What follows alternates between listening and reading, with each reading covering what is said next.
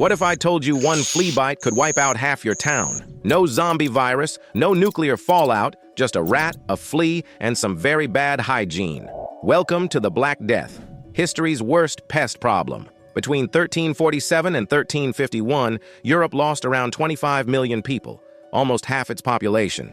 Imagine waking up to find your neighbor dead, your baker gone, and your priest saying, "Good luck, buddy." Yeah, it was that bad.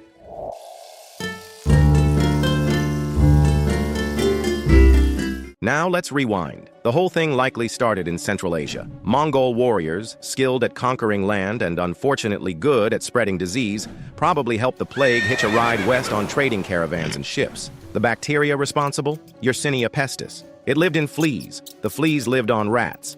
And the rats, they lived on ships. And surprise, those ships docked in Europe like plague delivering Amazon packages. The symptoms weren't subtle. First you'd get chills, fever, and feel tired. Then came the swellings, huge painful lumps called buboes around your groin, armpits, or neck. Hence the name bubonic plague. These lumps were blackish blue and reeked. Add in vomiting, delirium, and a high chance of dying within 3 days, and you've got yourself a historical horror show. Doctors at the time?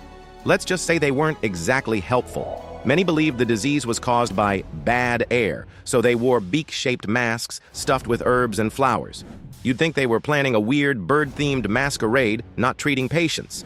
And their treatments? Bloodletting, lancing the buboes, or rubbing onions and crushed emeralds on your skin. No antibiotics, just vibes and medieval guesswork. People panicked.